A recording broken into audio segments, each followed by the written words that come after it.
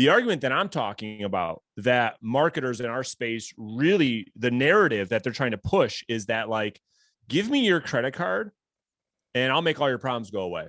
But the thing that I try to help people in our industry, real estate agents, understand is, honest to God, Mike, I don't care how people get their leads. Like if they buy them, if they get them direct, if they're referrals, it doesn't matter. What I believe matters, the thing that moves the needle the most is one's ability to communicate with another human being in a way that distributes confidence that that consumer has in the agent to sign a contract.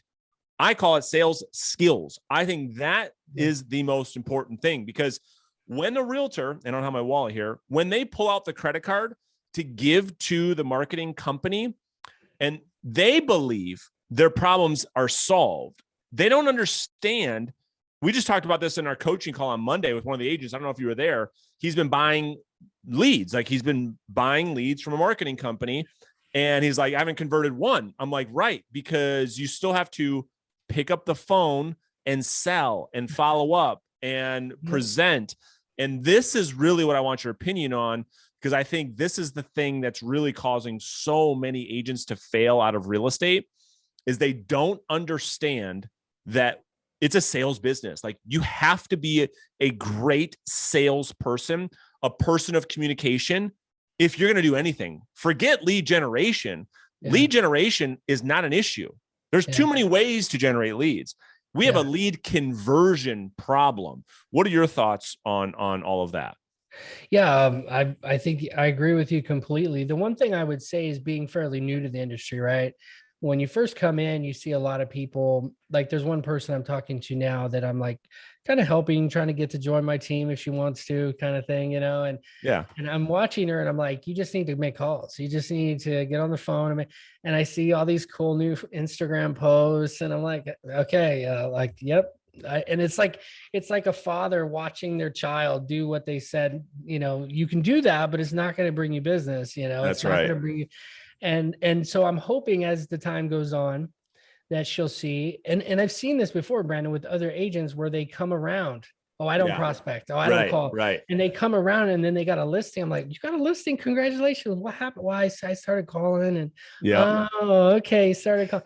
So, I love the debate of marketing versus sales. So I will say something, because for those marketers that are watching that, because actually I have a show about marketing and websites. And I will say the one thing is, when it comes to marketing, if you're like, well, I got to do marketing. Yes, do marketing.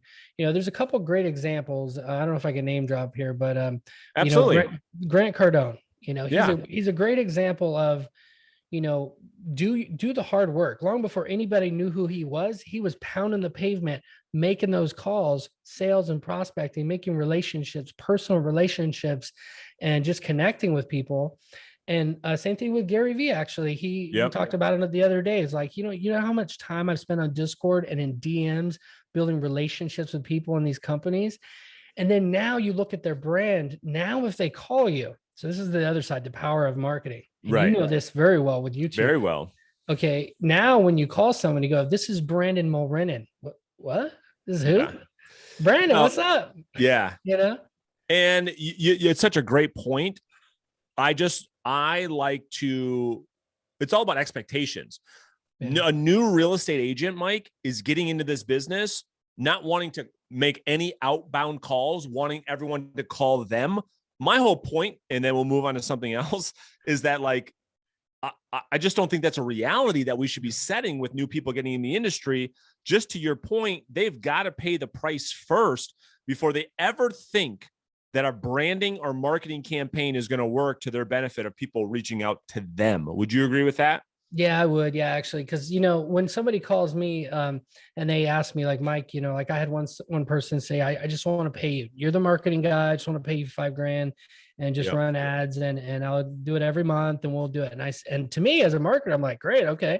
But then I was like, what is this for? And he's like, well, I want to get listings. I said, well, you don't want to do that then. You want to make calls, or maybe we can hire a VA for you or something. I said, but calls got to be made. Yeah. Or mailers.